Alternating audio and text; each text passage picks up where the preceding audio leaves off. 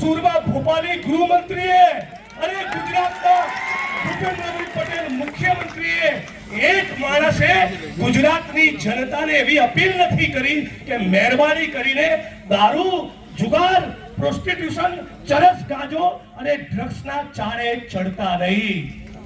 એક અપીલ નથી કરી. મતલબ કે આ જે ધંધા ચાલે છે તમારે ચાલવા દો, અમારા પેટનું પાણી હલવાનું નથી. તમને જાણીને હેરાનગતિ આશ્ચર્ય થશે. આ જ્યારે અમે લોકો ઢીવા પહોંચ્યા અને દારૂ ડ્રગ્સનો મુદ્દો ઉપાડ્યો ત્યારે મારા પોતાના મનમાં એવું હતું કે આપણા ગુજરાતમાં 50,000 લોકો એ ડ્રગ્સ લેતા થઈ ગયા. હમણાં ખબર પડી જગદીશભાઈ, 2019ના ભારત સરકારના રિપોર્ટ પ્રમાણે, ભારત સરકારના કહેવા પ્રમાણે ગુજરાતમાં ડ્રગ્સનું સેવન કરી ચૂકેલા લોકોનો આંકડો 19 લાખ છે. આજે 2026 આવી, ઓછામાં ઓછા 25 લાખ લોકો એ ગુજરાતમાં ડ્રગ્સનું સેવન કરતા થઈ ગયા.